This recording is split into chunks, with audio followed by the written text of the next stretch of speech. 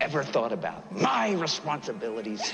YouTube does not decide what is fair use and what isn't. Have you ever had a single moment's thought about my responsibilities? Have you ever thought for a single solitary moment about my responsibilities to my employers?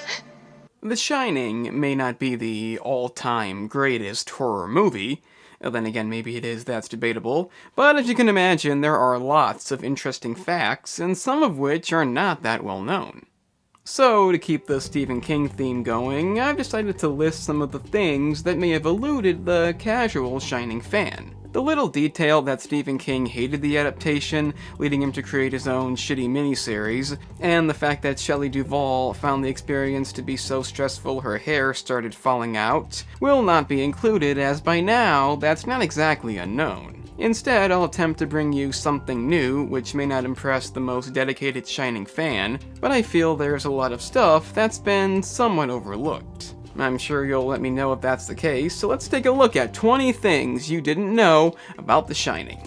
Stephen King wrote a script. I know what you're thinking, but I am not referring to any of the things I said I wouldn't mention.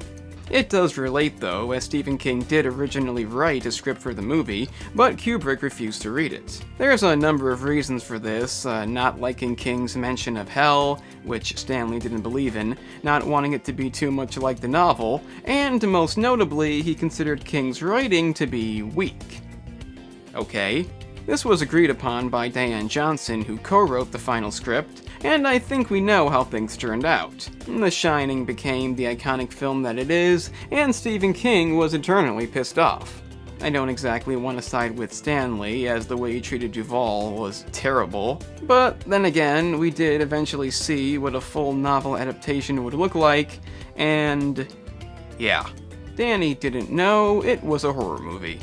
Did you ever think Danny's performance was too good? Well, not in particular, but the fact that he didn't know it was a horror movie may have had something to do with it. Then again, maybe not, but Stanley made sure that Lloyd thought it was a drama about a family living in a hotel, and made sure to keep him away from any scary parts. This includes using a life-size dummy when Wendy carries him away while yelling at Jack, and not letting him see any scenes that would remotely hint at what the movie was. It is a bit odd, considering what we know about him and Duvall, but I guess he wanted to preserve the child's innocence. Hypocrisy? Lloyd wouldn't actually see the movie until years later as a teenager, but despite the fact that this is what happened, it is kind of hard to believe they pulled it off. Room 237 was originally 217. This one's not as hard to believe. The infamous Room 237 was originally gonna be 217. I'll give you one guess as to why this happened. I have a feeling you might get it. Okay, ready? They were afraid people wouldn't stay in it.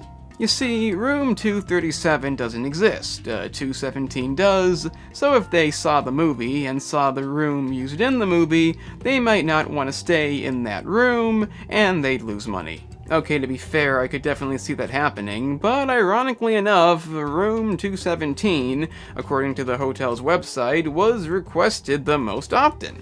I guess I'm not surprised. Jack helped write the typewriter scene. I could have just titled this Jack Nicholson Wrote a Scene, and you know what it was. In what may be the movie's most comedic scene, Jack Torrance goes completely insane, yelling at Wendy for no good reason, and it does feel like something only he could write. In an interview with the New York Times, he revealed that that's what he was like when he got divorced in 1968 from his ex-wife, Sandra Knight. I really hope he wasn't just like that, but honestly, you could tell me that he just improvised the whole scene, and I believe that too. It's one of the most iconic scenes in the movie for a good reason, and now we know a bit more about why that is. Danny created the creepy voice and the contorted finger. It's not that unknown that the line, "Here's Johnny," was improvised by Nicholson, but given that Danny, as previously mentioned, thought the movie was a drama, it's interesting to note that the creepy voice and bent finger was all his doing. It's the voice heard when Danny speaks through Tony, his alternative personality, and the idea along with the contorted finger was thought up during his first edition at the age of 4. Needless to say, it was a concept Kubrick loved, leading it to become a central part of the movie. As for the miniseries, it was not. Kubrick's secretary wrote the all work and no play line. The scene when Wendy comes across the pages that Jack spent endlessly working on throughout the film, being all work and no play makes Jack a dull boy, may have begged the question as to who exactly did all this. I never gave it much thought, but apparently it didn't write itself. The job was actually done by Kubrick's secretary, who spent months typing the line over and over again for about 500 pages. That definitely explains the typos. She also had to recreate them for several other languages for international releases, a topic we'll get back to later. Kubrick got lost in the maze, and so did the other crew members. If there was ever a time to be grateful that special effects weren't a thing, it would be in 1980, when the hedge animals coming to life wasn't a thing for that reason. We did still get the hedge maze, which Kubrick created to capture the claustrophobic feel of the hotel, but given this is the same director who made Duvall's hair fall out, simply having the maze wasn't enough. It had to look complicated, because if somebody looked closely enough and didn't think it was, they might walk out. So he entered the maze, thinking he'd easily find his way, inevitably got lost, and the crew had to come and get him when he finally gave up. The crew members themselves got lost on several occasions, leading to the scene when Jack chases Danny through the maze to take a whole month to shoot, just because they kept getting lost trying to keep up. Speaking of things taking too long, the elevator scene took a year to film. That's right, a whole year for one scene. I'd say it was worth it. Not only did they need hundreds of gallons of fake blood, but they spent weeks working on the quality to make it look as good as possible. They couldn't have too much pressure inside the elevator, so on the day of the shoot, the production crew topped off the elevator compartment and set up 4 cameras with different lenses and film speeds. They used oversized wooden chests for the camera operators to avoid the fake blood, and given that the elevator couldn't hold that much blood for long, there was somewhat of a time crunch to get things done. Apparently it was leaking fake blood before the doors could even open, and apparently in the end it turned out better than expected. I say that because the blood ended up taking furniture with it, adding to the chaotic look, and while Stanley did end up liking it, calling it his favorite scene, he could have also not liked it and demanded a reshoot. Inspired by an episode of Omnibus. Stephen Crane, best known for his novel The Red Badge of Courage, adapted an episode of Omnibus into a short story, The Blue Hotel. In it, a man playing poker kills his opponent under the impression that he's been cheated, leading the audience to think he's overly paranoid and killed an innocent man, but in the end, he was actually cheated. The misdirection used in this inspired Stanley to use the same technique for The Shining's supernatural elements, in which the audience is led to believe the hotel is haunted by the supernatural, only to misdirect them by explaining that the shine is an overactive imagination that shows Danny things that can't actually hurt him, but then you eventually realize the supernatural elements have been there the whole time, and play more than a pivotal role in the movie's climax. It's definitely an odd comparison, but an interesting thing to bring up. All work and no play, and you know the rest, had many translations. Getting back to the somewhat notable line that Stanley's secretary had to write over and over again wasn't always translated the same way in different countries. In German, it translates to, "Don't put off till tomorrow what you can do today." In Spanish, "Although one will rise early, it won't dawn sooner." For Italy, it's "Who wakes up early meets a golden day." And in France, "What you have is worth much more than what you will have." Apparently, Stanley didn't think the original line would have the same impact, and no, I can't guarantee I got all those right, so don't waste time telling me. 60 destroyed doors. To all of my PETA fans out there, I'm happy to inform you that no animals were harmed in the making of The Shining. To my Carpenter fans, well, it's actually not the matter of Kubrick demanding absolute perfection, more so the fact that Jack Nicholson, before acting, was a volunteer firefighter and more than used to breaking down doors. That's why they ended up using real ones so it wouldn't break as easily, but that didn't stop him from going through 60 wooden doors until the scene finally came out right. In the end, it took 3 days to film, and even getting the iconic line right wasn't the easiest task. And if you liked that fact, then remember to like the video and subscribe, unless you're somebody who knows everything. The hotel's design makes no sense.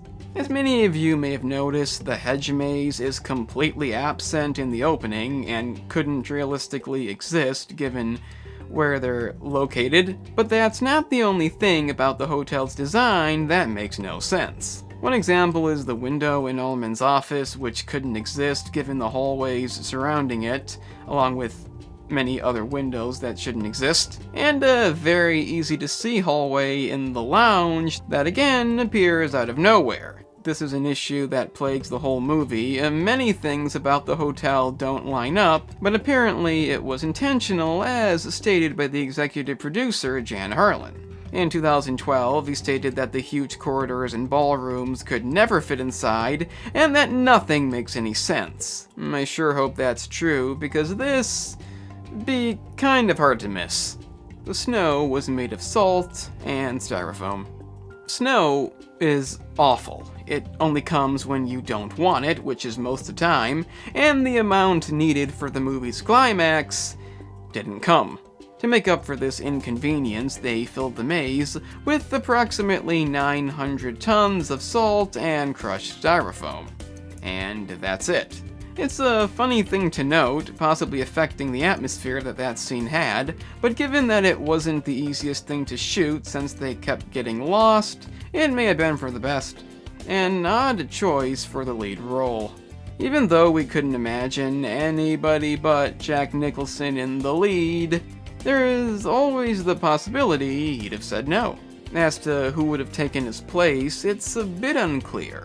Robert De Niro, Robin Williams, and Harrison Ford got mentioned often, but they all met Kubrick's disapproval for various reasons, some of which I don't get, but King himself preferred the names of Jon Voight, Michael Maiority, and Martin Sheen, as it would have fit in with the novel's ordinary man lead. Personally, I can't see Maiority as evil. I guess in Q he was kind of a dick. But what seems to have gone the most unnoticed is Stanley's only true backup being country singer and songwriter Chris Christopherson.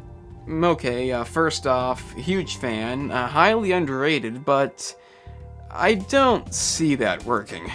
I would love to see it in an alternative reality, and this is the reason I chose to include this, but again, glad that didn't happen. Inspired by Eraserhead.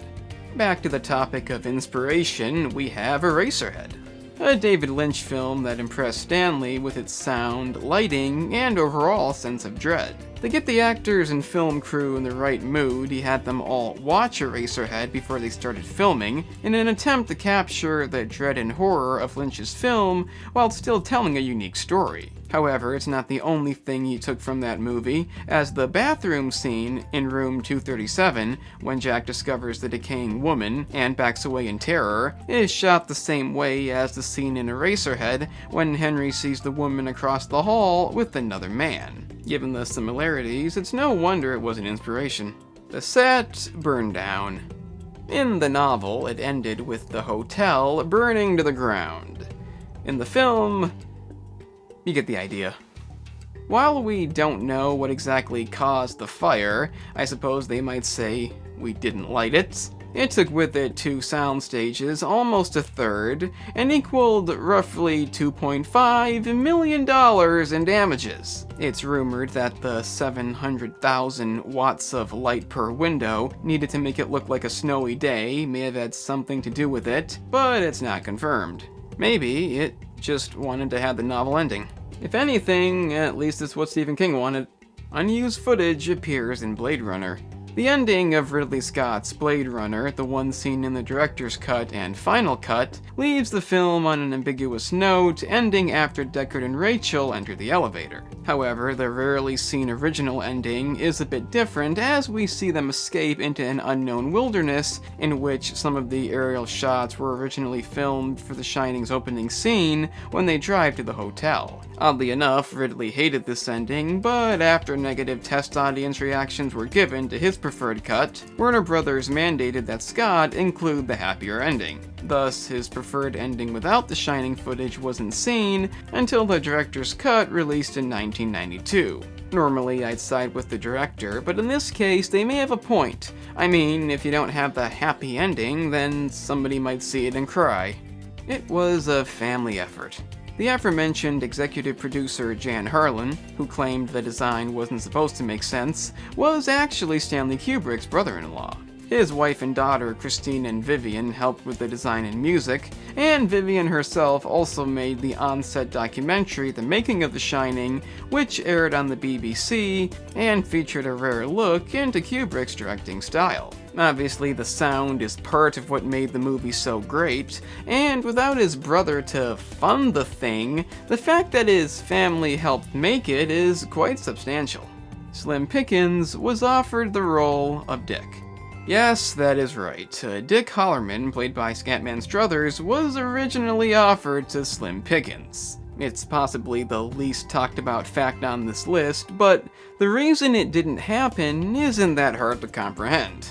Best known for Western roles, mainly comedic, he told Stanley that he'd only take the part if it could be done in less than 100 takes. I don't think I need to explain what the problem was there, but honestly, I think more people need to tell this asshole that. I'm not denying The Shining's greatness, but I find it hard to believe that none of these takes during the scene with the bat weren't any good, and similar to Red Dead Redemption 2, we could have foregone a couple of side missions to allow the crew to, I don't know, sleep.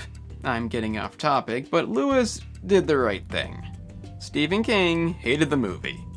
Did you guys know Stephen King didn't like the movie? I'm just kidding. Jack ate only cheese sandwiches to increase his demeanor. As always, we save the best for last, and that is how Jack Nicholson increased his demeanor. By that I mean Stanley Kubrick, that son of a bitch, made Jack eat only cheese sandwiches, a type of food he does not like, for reasons I've already mentioned now 2 times. It just goes to show that nobody gets to have too much fun making a Stanley Kubrick movie. 127 takes on one scene may have been okay with him, but having to consume nothing but cheese sandwiches surely hindered the experience. I don't know how this conversation went down, but I have a feeling a lot of you don't know this happened, because honestly, who the fuck would? And that was 20 things you maybe didn't know about The Shining. If I made any mistakes, I'm sure you'll let me know, but if you learned something new, then maybe tell me about that instead.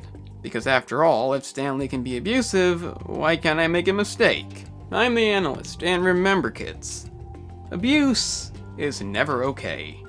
Even if you're Stanley Kubrick. And even if you're a rock star. So, you've made it to the end. That's an impressive feat indeed. Since you managed that, I guess check out the gaming channel, in which I cover a variety of gaming topics, like analysis videos, such as this one. If you're into that, then press the link in the description. It's that simple.